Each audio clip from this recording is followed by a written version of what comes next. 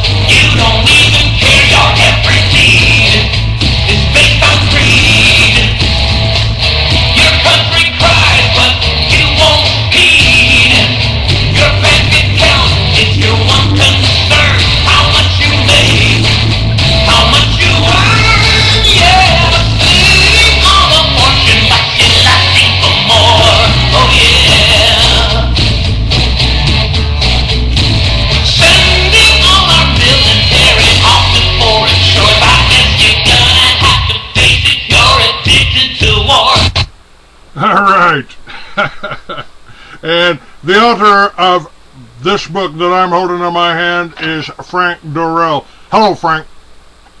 Hi, Clay. By the way, I'm not the author. I'm the publisher and distributor. Oh, you're the publisher. Okay. Right. I just want to make that clear up front. The author of Addicted to War, his name is Joel Andreas. He's the author. He wrote the book and he drew the book because it's a graphic novel, illustrated expose. It's a comic book, history of U.S. wars. Okay, you're the publisher. Yeah. All right. But I found the book and I brought it back, and since 2002, I've been distributing it all over the country. And I've never done this before. It's the first book I've ever published, and it's very successful. Well, this it really answers some questions, and I love the way the book's done. The little kid's talking to his mother and goes, but why is the United States Army always getting into wars? Right. Yeah, it's really the way he's done the book is it's very readable. It's narrated by the mother and son who take you through the book, and it's being used in high schools and colleges all over the country because it's all documented. There's 161 reference notes, so everything in the book, all the facts in the book, you can see where they come from, and the quotes are all real. But it's also very entertaining, and it's there's some humor in the book, but it's also very serious.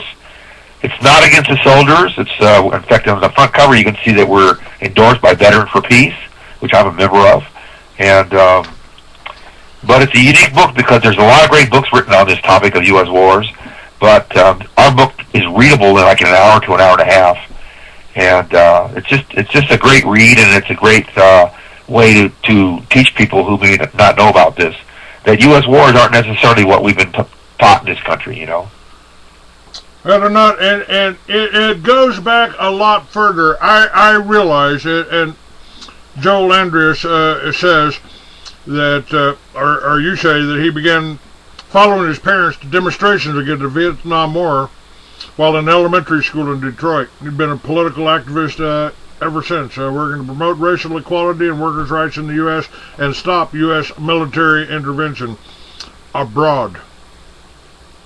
Right. Founding fathers. Right. That's not what we formed this country for, Frank. We weren't supposed. Benjamin Franklin told us, and Washington told us not to avoid foreign entanglements. Right.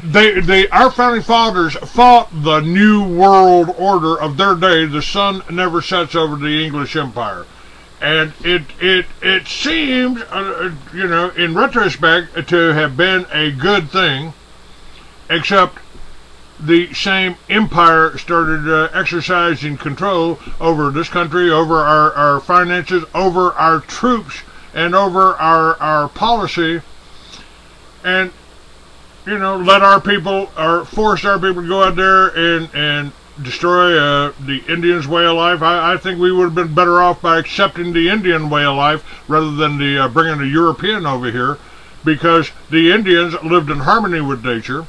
The Indians gave us our Constitution and system of law over here, and the Indians, gave us reason for Thanksgiving. And then we went out and slaughtered 1 million buffaloes, slaughtered their food supply, and maybe that's kind of, we've been following the same tactics when we go over and bomb farmers in Vietnam. Yeah. They use that term, we're in Indian territory. They still use that term when we're in other countries killing the people. It's the first Holocaust genocide that happened. It was here against the Native Americans and of course against the black slaves that were brought from Africa. It was another Holocaust, and then they started expanding in the to other countries, and it's been that way ever since. It's not the manifest destiny, and it's really it's really a global battle of rich versus poor. The rich want to control the planet, and they're willing to kill people to do it. And they're able to get away with it because they own this country, they own the corporations, and they own the media.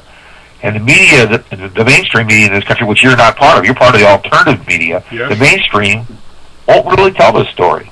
I started the Free American magazine back in 1994. At the same time, I started the militias. That makes me one of the most demonized men in America today because of starting the militias. Because I stepped up and I did exactly what I think the American people should have done when faced with the tyranny exemplified by murdering almost 100 people at Waco. Yeah, yeah. Well, the mainstream media wouldn't cover that. They wouldn't cover that. We had to. The government had to do that because they had to go in and murder those 17-year-old children to save them from a child molester. Right. The media was 1 second. Just keep on. Just hold on 1 second, Clay. Go ahead. Continue on. I'll be right back in 1 second. All right. And just a clip out of the book. The manifest destiny concept of the United States that this was started on led to genocidal war against the Native American peoples. The U.S. Army ruthlessly seized their land, driving them west and slaughtering those who resisted. During the century that followed the American Revolution, the Native peoples were defeated one by one, their lands taken, they were confined to reservations. Oh, that's kind of like the Palestinians on Gaza and West Bank. The number of dead has never been counted, but the tragedy did not end with the dead. The Native people's way of life was devastated. I can see the butchered women and children lying heaps scattered all along the crooked gulch as plain as when I saw them with eyes still young. And I see that something else died there in the bloody mud and was buried in the blizzard.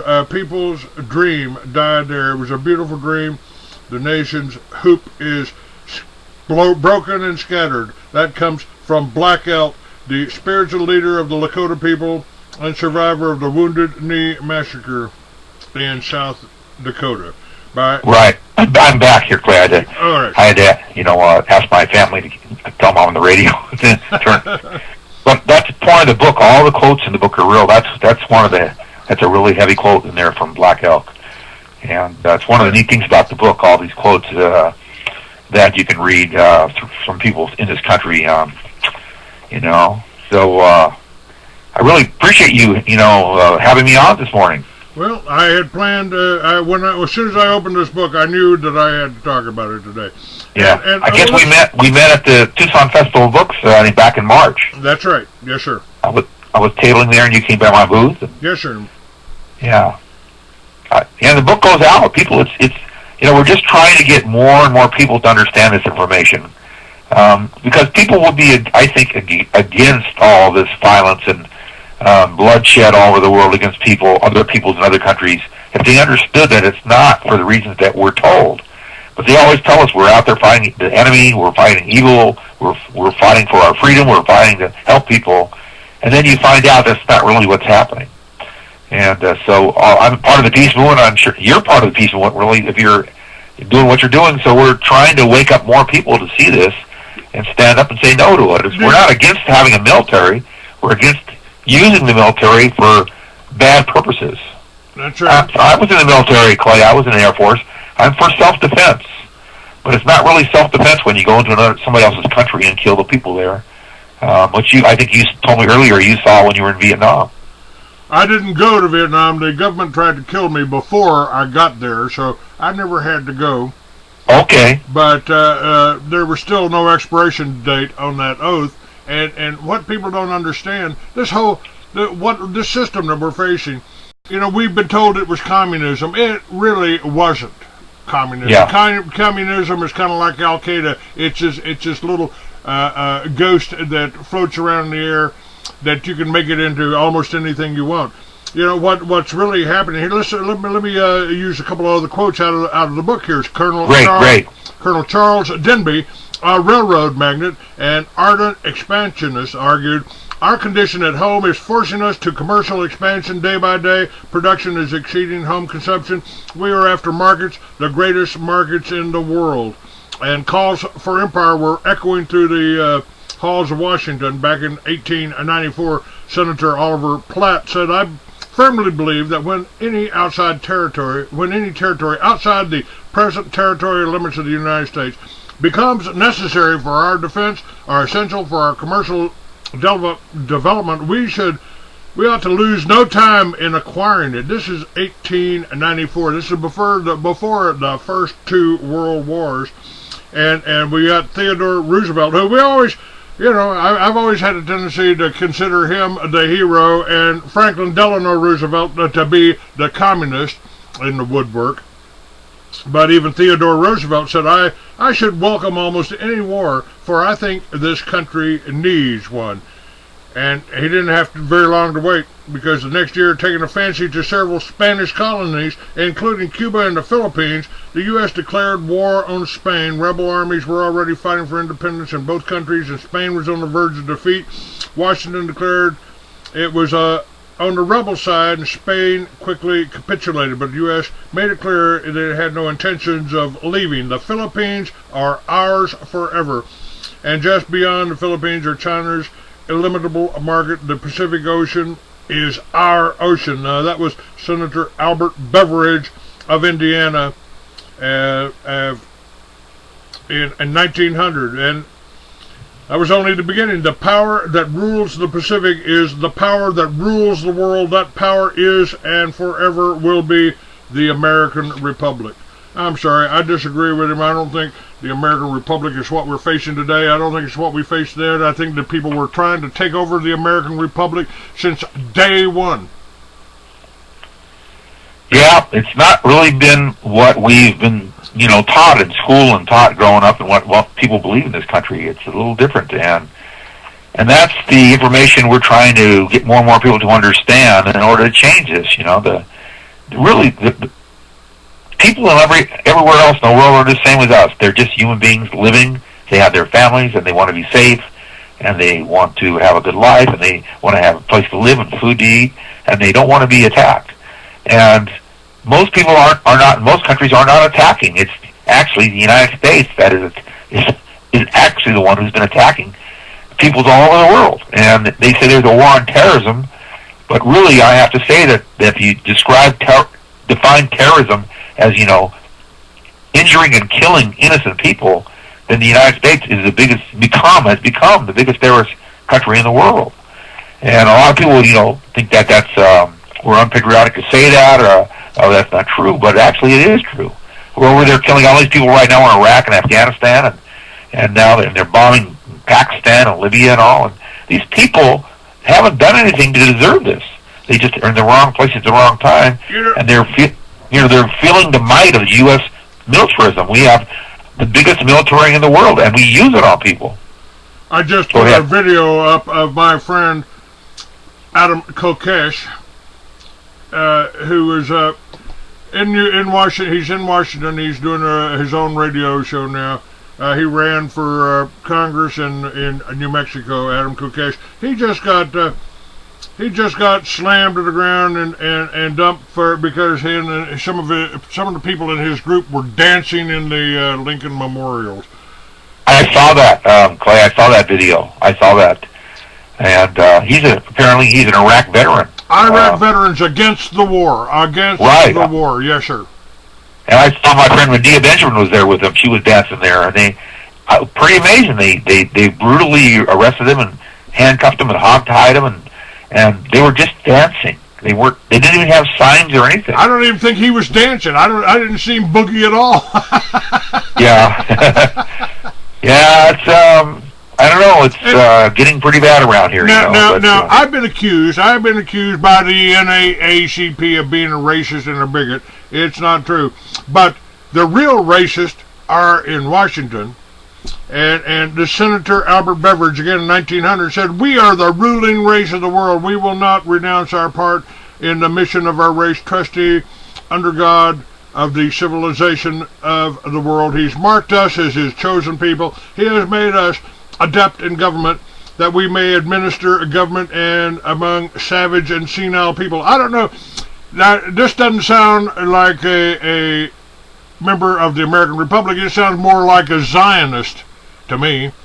Yeah. The same kind of people that are doing the same thing that they did to the American Indians, to the Palestinian people. And I think the American. I just came from the Oath Keepers rally Monday on Memorial Day, for the veteran, the Iraq tour veteran of Iraq, that they shot down, that the SWAT team shot down because well, he might have had drugs, he might have had some pot there in his house, and they shot him 60 times. Wow, that's too bad. Yeah, should be a wake-up call. But what happened after Beveridge said, you know, we invaded the Philippines. And we've got photos in the book of U.S. soldier stands on the bones of Filipinos who died in the war. They fought because they fought the new invaders as they had fought the Spanish. The U.S. subjugated the Philippines with brute force. The U.S. soldiers were ordered to burn all and kill all, and they did. 600,000 Filipinos died, and that became our source for hemp, for our rope, for our sails, for our blue jeans, for many years before they banned it and after they banned hemp in America. Mm-hmm. To me, that was they stole our number one cash crop, sent it over to Red China, sent it over to the Philippines, and maybe we should.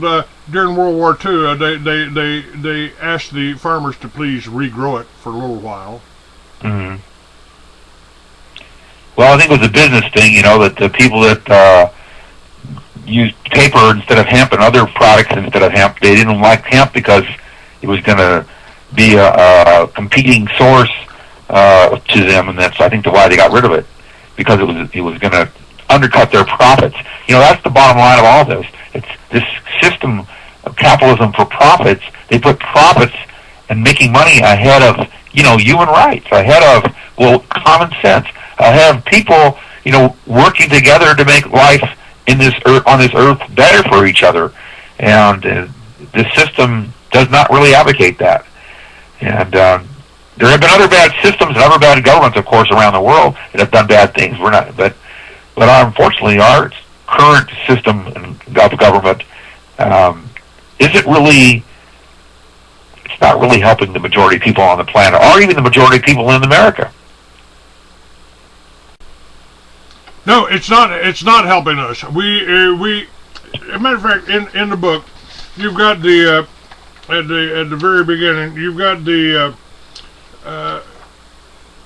military federal discretionary budget here, and the 2004 fiscal year. Military spending was 51%. Everything else was 49%, and only 7% of that went to education. The little boy in the book said, "No wonder there's no toilet paper in the schools." Right. I mean, isn't it a sad thing that they don't have enough money? They're laying off teachers. They don't have enough money. There's all these homeless people in America. There's people out of work everywhere. They don't have money for everything, but they've got billions and billions and billions of dollars to make war in other countries and kill people and kill Americans and kill the people in the other countries and damage and do incredible damage. And it's not just killing people, it's wounding people, and it's making people homeless and destroying their ways of life everywhere. But we don't have enough money here. It's really insanity, is what it is, really. But the book shows. I think the book really does show this in a really readable way. You've been reading from it. It's very readable, and it's not against soldiers. It's very people friendly. It's narrated by the mother and son, as you've been going through, and I hope your listeners will want to get a copy. If they can go to my website, which is it's the name of the book, AddictedToWar1.wmv, and everything's there. It's costs $11 to order a copy. That includes me mailing it out, and I don't mind if people call me. Is it okay if I give out my number? Absolutely. Yeah, my number here, I live in Los Angeles. My number is 310-838-8131, and I'll repeat that. It's in the book, 310-838-8131. And I have to say that I've been getting orders for this book since 2002 when I first put it out. And once again, I've never done this before. I've never published a book before. But to this date, about 240,000 copies have gone out, and which I'm quite thrilled about. And I have teachers, high school teachers and college professors all over the country using the book. In fact, my own daughter, who goes to high school here in Culver City, she has 3 teachers that use it at her school. And when we were growing up, Clay, this would never have happened. This is some kind of progress. You're probably around my age. I was born in 1948. Nothing like this would have ever been in a high school, a book like this. But so there is some progress here that the information is more available now and more people are using it. Yeah, let me ask you about that. When I went to school, yeah, they never taught us what communism was. They told us it was bad. They told us that the rebels in Cuba were communist. And you got information about this book. Why we went into Cuba, along with General Smedley Butler's comments about the racket. Right, Smedley Butler is the famous American general from 100 years ago. He wrote his book. His book was called War is a Racket, and he was like one of the top people in our military for years. But he was involved in all these operations overseas, and he witnessed firsthand all the devastation we were doing. And when he got out of the military, he wrote his book called War is a Racket, and we have him quoted in our book about 4 different times here, talking about what he was doing, what our military was doing. You can read from him if you want, but he's quite well known, and he's just one of the people in the book that are helping to tell this truth. There are a lot of people in this country that have been telling these truths, Clay, but once people start doing this, telling this kind of truth, they get marginalized and the mainstream doesn't want to hear from them. For instance, Ramsey Clark was Attorney General of the United States under LBJ, and he's been speaking out for 40 years now and all this stuff, and they don't ever want to talk about him. They don't want to ever mention Ramsey Clark, or if they do mention him, they want to call him names. They call him a traitor, they call him a communist, they call him a crackpot. I know Ramsey personally. He's he's a true hero, and there's many people like that who've been in the military, who've been in the CIA, people like you who are speaking out. They do allow us to speak out in this country, which is good, but they don't want us to be heard in the mainstream. I'm blocked at every library in the country. They say I'm a porno site. And, really? Wow. If you say anything about Zionist or and remember, the protocols of the elders of Zion have been around for a while. The Zionists were whoever was responsible for writing that, started doing that. And by the way, the Jews had a great influence on bringing the black slaves here. It was Jewish trading ships that did that, and I'd be willing to bet on this expansion into the Philippines and to Puerto Rico and to Guam, which were made U.S. colonies in 1898. And Cuba was formally given its independence, but along with it, the Cubans were given the Platt Amendment, which I don't think many of my listeners know about, which stipulated that the U.S. Navy would operate a base in Cuba forever, and that the U.S. Marines would intervene at will, and that Washington would determine Cuba's foreign and financial policies. And at the same time period, the U.S. overthrew Hawaii's Queen and transformed those unspoiled Pacific Islands into a U.S. Navy base surrounded by Dole and Del Monte plantations. You know, more of the Communist Manifesto, ninth plank on the Communist Manifesto, corporate farms. Can you say Archer Daniels, Midland, and Monsanto? Yeah. It's quite a history. And you can toss that into you can toss Panama into that too, because he sent gunboats to secure Panama's separation from Colombia, and because they planned on building a canal. And let's see, we got Manuel Noriega down there that was in charge of that. And that's again how the United States works. They put they go in and they conquer people, and then they put in a dictator that's does what they want. And that's right. That's right. And we supported dictators all over the world who work with our companies, our corporations, and our military, and they may oppress their own people and be unfair to their own people, but they work with us until we decide to turn on them when it's convenient. But we've taken out leaders all over the world, a lot of them democratically elected, who actually were helping their own people. They weren't against the United States, these leaders, just that they wanted to have a more fair and equitable way of life for their own people in countries all over the world. And those are the leaders we've taken out. Yeah, like Chavez, where if you live in Venezuela, you're driving on 25 cents a gallon gasoline. Yep, Hugo Chavez, I mean, the United States wants to demonize him and say he's terrible, but I know the people in the peace movement think he's a big hero, you know, and he's done a lot of good for the poor people in his country, and he's been elected there, you know, and he's done a lot of good for people around the world, and he does not invade other countries. He's not invading people, you know. Castro does not invade other countries. In fact, most other countries don't invade other countries. But the United States continually invades other countries. Let's talk about that for a moment. Between 1898 and 1934, the Marines invaded Cuba 4 times, Nicaragua 5 times, Honduras 7 times, the Dominican Republic 4 times, Haiti twice, Guatemala once, Panama twice, Mexico 3 times, and Colombia 4 times, and that was before 1934. Right, and most people probably don't have any idea about that. I didn't when I was growing up. I never learned any of these things. But the history's there. This is not made-up history. It really is a real history. That's right. And that's the beauty of the book, you know, Clay. This is all in this book.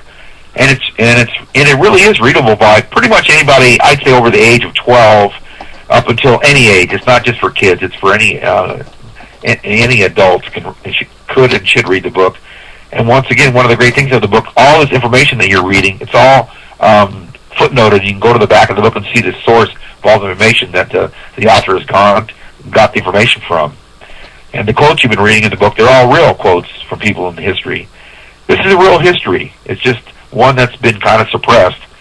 And, I mean, there are many really good things in this country. You know, I'm sure your listeners, a lot of them experience that. I do. I've grown up here, and I have many good things, but we're trying to show people that there's some things that haven't been so good. And in fact, they've been really downright, you can almost say, evil.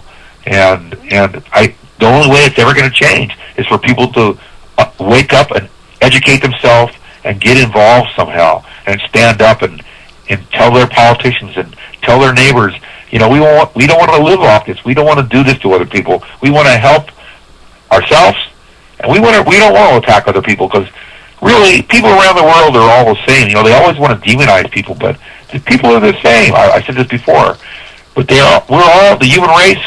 Most people just want to live in peace and have a way of life and be able to you know, take care of their children and not be attacked.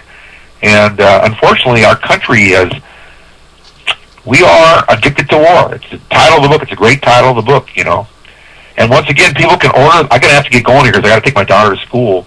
But they can order the book from my website, which is AddictedToWar1.wmv. They can call me at 310-838-8131. and they can order the books from me. And one of the reasons I've distributed so many books, Clay, is because while one book costs $11, including shipping, which is quite a deal, if you order 2, it's less. If you order 3, it's less. If you order 25 books, it's $3 a book, and it costs $85, $10 ship. And if you order more, it goes down to $2.50. I've had people buy thousands of books